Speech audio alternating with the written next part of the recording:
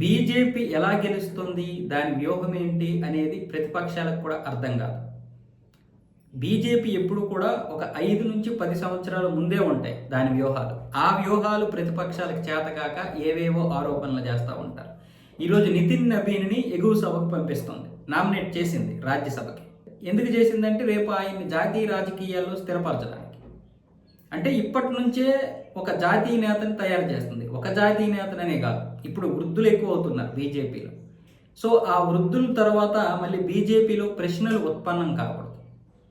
ఏదైనా సరే ఇప్పుడు అమిత్ షా కావచ్చు, మోదీ గారు కావచ్చు, మహా అయితే గట్టిగా పోరాడితే మరో 10 సంవత్సరాలు. వాళ్ళు మాత్రం ఏం చేస్తారు వయసు మీద పడుతున్నప్పుడు. కాబట్టి ఇప్పటి నుంచే తయారు చేస్తుంది.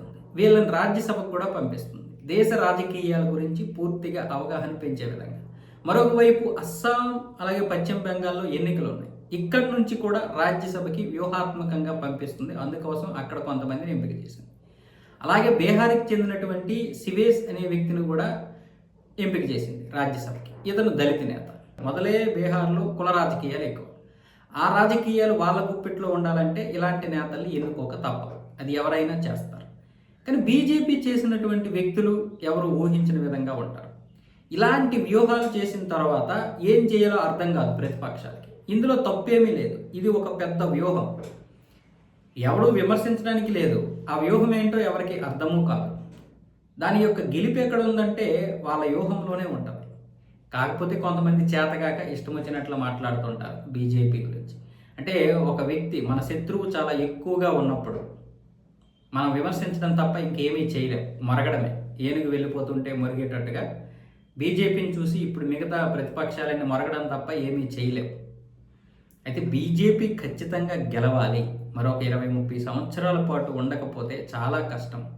ఇప్పుడు ఉన్నటువంటి పరిస్థితుల్లో మీరు చూస్తే ఇంత దారుణంగా ఉంటే ఇంకా ఎన్ని దారుణాలు జరుగుతాయి ఒకవేళ కాంగ్రెస్ లాంటి పార్టీ ఉంటే.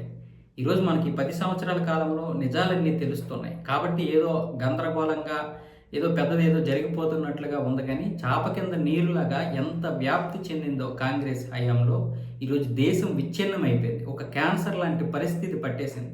గత 10 సంవత్సరాల నుంచి దానికి మందులు వేస్తూ ఉంటే ఆ క్యాన్సర్ తగ్గిపోయేటటువంటి క్రమంలో దాని యొక్క విజృంభిస్తుంటే ఏదో జరిగిపోతుంది కదా బీజేపీ హయాంలో అనుకుంటున్నాం మనం. కానీ ఆ పుండు తగ్గుతూ ఉంది. మీరేం భయపడకండి.